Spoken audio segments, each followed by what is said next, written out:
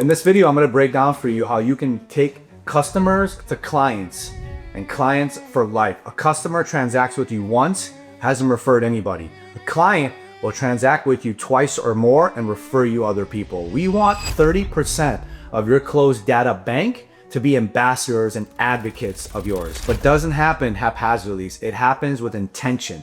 So this PCC happens 7 days within the borrower closing on their home loan. So now, I'm going to show you the overview as always. We've talked about how you hustle, you promote and prospect to generate leads. Once this lead comes in, you want to get them on your calendar to do a professional initial loan consultation. They get pre-approved here, they're out looking for a home. And then you do the rate lock consultation, right? This is where they come in and you're locking their loan, getting them an underwriting and hopefully funding. But the real magic happens here. This is just the beginning. This big dot here is where you gotta really focus. It's just where to make these people loyal borrowers for life. So this comes out to what I call the fourth most important major point of sale. Every business has points of sale. Every business. When you go to Starbucks, you walk in, first point of sale is the cashier. Second point of sale is when you get your food, right? In the mortgage business, when a lead comes in, you got to get to that lead quickly, which I break down in another video. Speed to lead, speed to need, speed to meet. Get them on a formal initial loan consultation. This is a layout call. You're going over their goals. You're doing discovery. You're educating them. You're setting the tone. Hopefully you get them pre-approved. Contract comes in. This is where everything happens. If you did these two right, it'll set this up. In another video, I've broken down how to do a professional RLC rate lock consultation. You do this right, they're in processing, underwriting, they get to the closing table, cha-ching, loan is done, you get paid. That's just the beginning though. You want these people for life. And it's unethical of you, frankly, to not call a recently transacted home buyer to complete this post-closing consultation. And then from there, once a year, you do an annual mortgage consultation. Now, before I break down this masterpiece for you, what I want you to remember is you cannot depend on the referring real estate agent to stay in rhythm with these people. Because the famous National Association of Realtors survey that we're all aware of says that 80% plus of homeowners would gladly use their original realtor again, but only 12% do. And that's because of lack of follow-up. Which is so funny to me because the irony is most realtors' complaints about loan officers is a lack of communication and they're not even doing it. The reason being, it's just a lack of structure. This doesn't take a lot of skill. Every single home buyer you close should lessen your dependency on that realtor and shave an hour at the end of your career. You got to take great care of these people. This call will help you understand their overall experience. It'll help them understand where they stand now that they got the mortgage and how to future frame your forever flow and how to create a moat around your borrowers so your servicing loan officers and other loan officers don't creep in. Let's get right to it. So this powerful post-closing consultation that will create loyal borrowers for life is accessible to you for free. Just go down to the description, download it, hit the subscribe button because I'm going to continue to give you more and more gems. But let's get to this. Overall, why does this even matter? Why does this even matter? In the playbook, I break it down. You got to shout out Simon Sinek. Start with why. Why does this even matter? Because the days you don't want to do it, your why will remind you, I don't want to be in the mortgage business for 30 years chasing people. This is creating long-term residual income for me, future-proofing myself that I don't want to be a crusty, burnt-out loan officer in 20, 30 years that's lost complete track of my database. That is the number one regret of loan officers, by the way, is not taking great care of their database. They have a lot of database decay. They got root canals in their database, and they're taking lots of painkillers now. Let's give you the vitamins to make sure you never lose sight of your database, okay? So why does it matter? Ultimately, out of sight, out of mind. It's your responsibility to stay in flow with people. There's different ways of staying in flow, but I will tell you, you have to reach out above all to make sure the borrower was happy with everything and understands how you're still going to be involved with them moving forward, right? Now, the first thing we're going to do is you're going to take some time and go on Thursdays from 11 to 12. The most important appointment is the ones you make with yourself. Pretend like you have to show up to the appointment with yourself. So I like Thursdays. Thursday's like the new Friday. People have gone through the first 3 days of the week. They've gotten their work done. They're a little bit happier, right? And if you just close their loan in the last 7 days, Wednesday, Tuesday, Monday, or last Friday, there's a very high chance you'll get a pickup rate because it's still fresh. These are not scheduled calls. These are spontaneously planned calls, SPCs. Well, what if they don't pick up? There's a high chance they will pick up because it's still fresh on their mind. And why it's spontaneous, I'm about to give you a really, really powerful insight here. When it's spontaneous for them, but planned for you, it shows that you are thinking of them. And you just move some things around to give them a random call. Not everything has to be scheduled. The best, most unscalable things are when people feel like you just went out of your way to do something. This is why they have to be scheduled for you and spontaneous for these borrowers. So what do we do on these Thursday calls, right? We do 3 things. This is to protect your residual income. To have a thriving business, you have to be part hunter, part farmer. So this is a farming thing. You're gonna do 3 things. Number 1, we're calling every single borrower that closed in the last 7 days. Number 2, we are calling every borrower that has a home loan anniversary in the next 7 days. And number 3, we're calling every borrower that has a birthday the next 7 days. This is your time to dig in on Thursdays, right? To have a structured way to stay in rhythm with your database, to stay in rhythm with them. Now, people might ask, Amir, I'm calling people for their birthday and their birthday's not even 7 days ahead. You never call people on their birthday because everybody calls everybody on their birthday. But if you call ahead, they'll have a high chance of picking up and you say, I want to be one of the first ones to call you. That's the magic, okay? So let's keep going through this, right? How do we do the first step, which is the 7-day post-closing calls? Right, so before we get to the home loan anniversary, before we get to the birthdays, most important thing, you just help these people buy a home. You were all fake nice to them, probably fake laugh with them, right? To have them trust you and like you, to get the loan closed, and then poof, Patrick Swayze like ghost. You're not even following up anymore to thank them. That's unethical. I hate that in all sales business. This suit I'm wearing right now, it's a nice suit. It's expensive. I worked hard for it. I went, the guy touched my entire body, measured me, was really nice to me. Guess how many times he's called me since I bought this suit? 0. I went and bought custom golf clubs. A lot of money for custom golf clubs. 4-hour session. Touching my hands, complimenting my swing. When I don't even have a nice swing. Doing everything he can to sell me. Spend all that time with me. I get my clubs. How many phone calls, text messages, or emails do you think I've got? 0. Bad sales. So if you have an uncle, aunt, mom, dad, sister that's in sales, send this video at this part.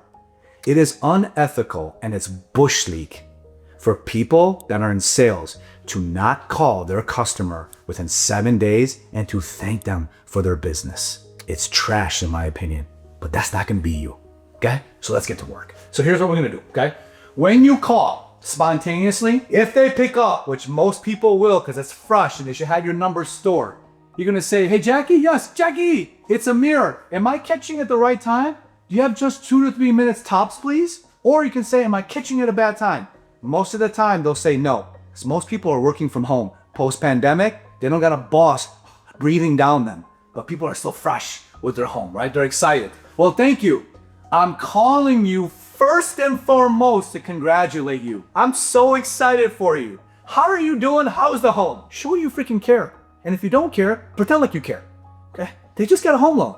I bought 3 homes in my life, and I'm one of the top loan officers in the industry, the top loan officer coaches in the world. I own a lot of property, but every time I buy a primary residence, I'm even nervous.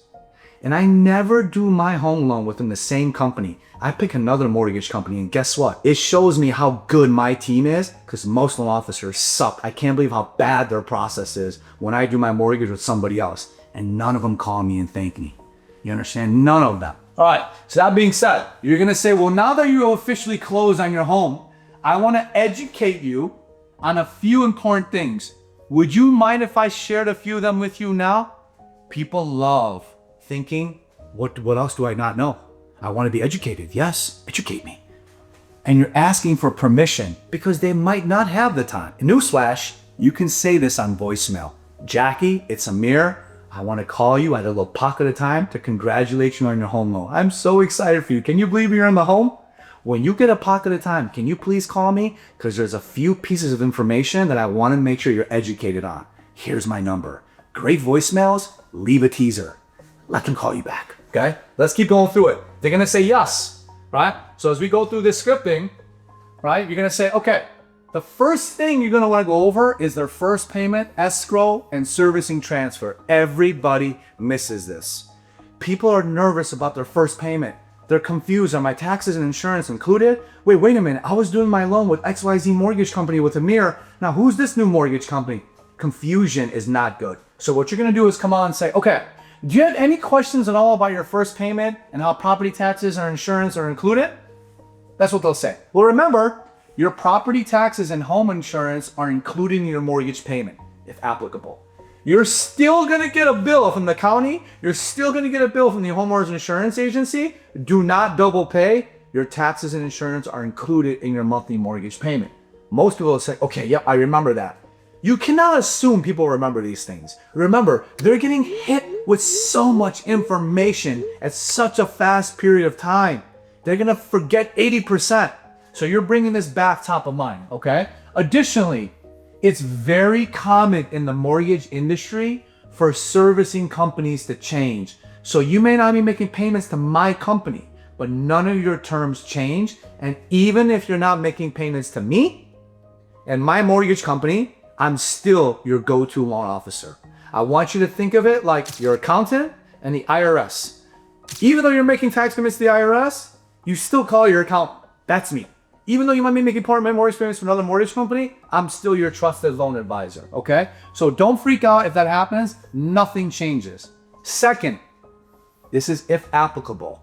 Most counties across the United States have property tax exemptions, which means if you occupy the property as a primary, which is what you're doing, you can exempt and lower your property taxes just a little bit. You have the opportunity to do that in a few months. You'll get something in the mail. If you don't, you let me know, but I'm gonna remind you. I'm gonna be with you. You're not shaking me off this easily. I'm still gonna stay in rhythm with you to make sure you get those exemptions. Now, moving forward, I wanna apologize to you in advance. Now that you're a homeowner, you're about to get barraged with junk mail soliciting you for mortgage protection insurance, to refinance your mortgage. Do not do anything. It is so annoying. I get it. If you get any type of solicitations by phone, from your servicing company or other loan officers saying that they can get you a new rate, most people do not have your best interest first, okay? If you get stuff in the mail that just looks very legit, but you're not sure if it isn't, you take a photo, you send it to me. When in doubt, you call me first. I had your best interest first.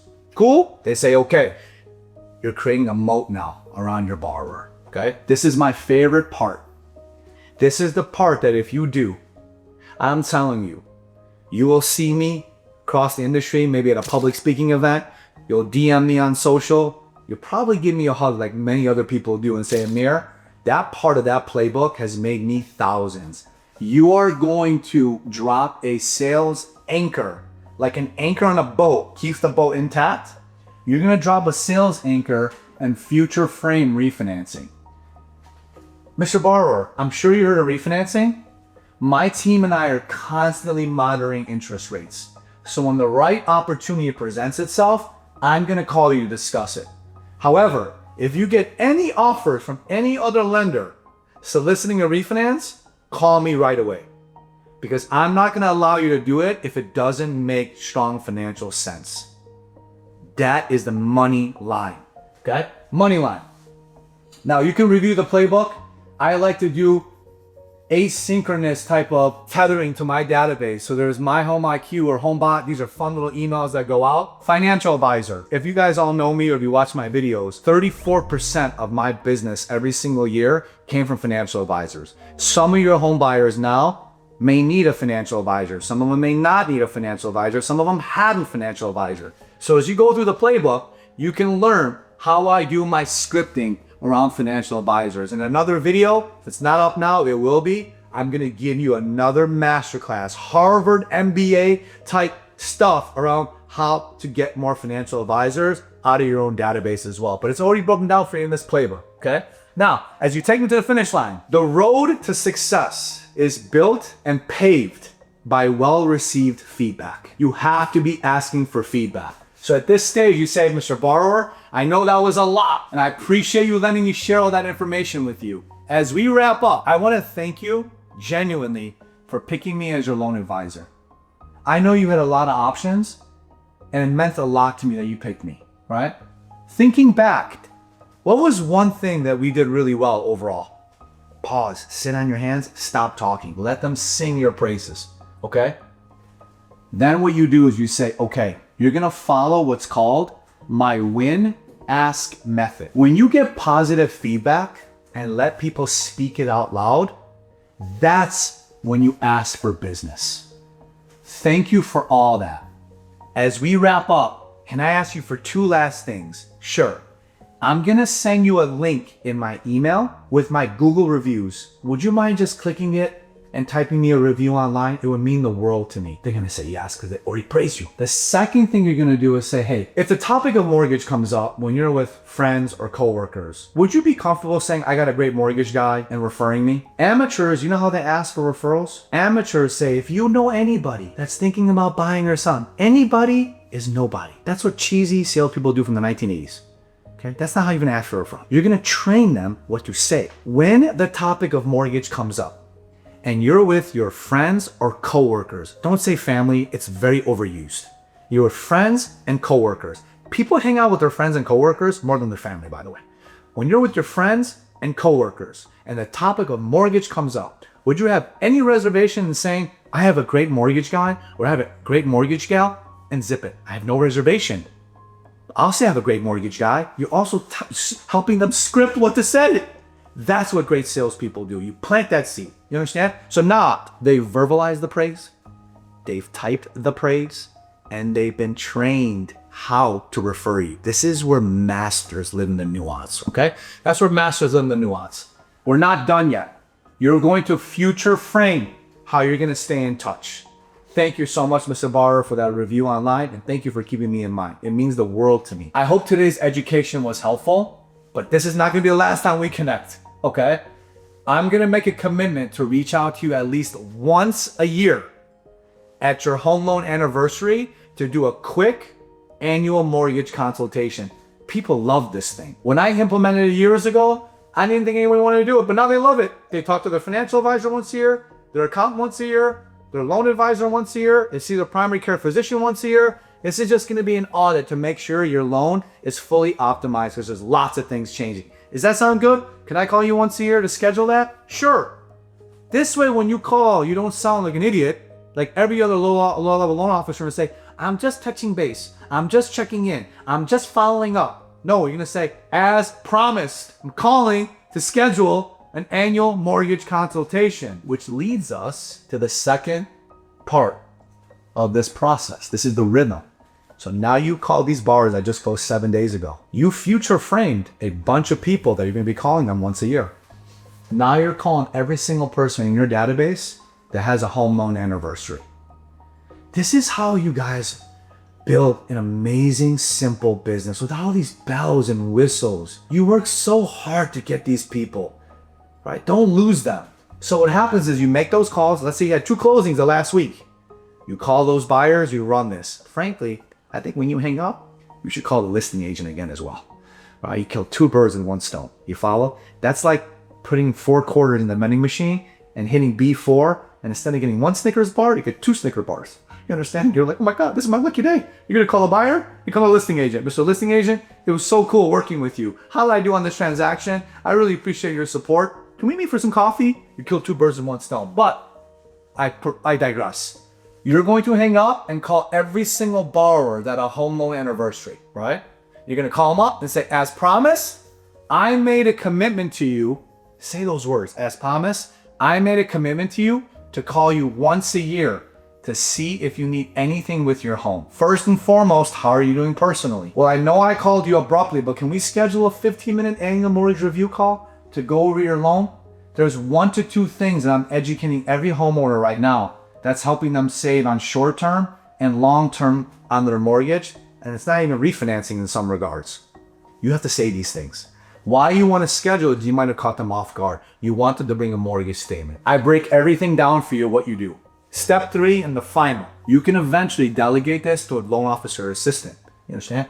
But for now, you have to do the work. If you don't do the work and you try to delegate to somebody else on your team, that's not delegating, it's abdicating. You have to do the work at 100% proficiency and then delegate to somebody else that does it 80% as good as you, because 80% good as you is 100% awesome. But you can't do that unless you do it 100% awesome. You have to earn your bones, is what I say. You can't skip steps. I've done over 2,000 of these calls. 2,000. I can do this in my sleep. You come to my home, wake me up at 4 a.m. in the morning, say, hit the script, I'll hit the script. I've done it so many times. I've done it so many times that it's not benefiting you, because that's where masters live, is in the nuance. You're going to call every single borrower that has a birthday in the next 7 days. You should have all this in your spreadsheet or your CRM. That's why when you leave companies, there's a very high chance if you don't own your mortgage company, you're not going to be the same mortgage company you're at right now. And I have no idea which mortgage company you're at. 50% of people get married and divorced. Of the 50% that remain married, 50% of them don't even like each other. They sleep in different rooms. So what's to say that you're not going to get divorced from your mortgage company?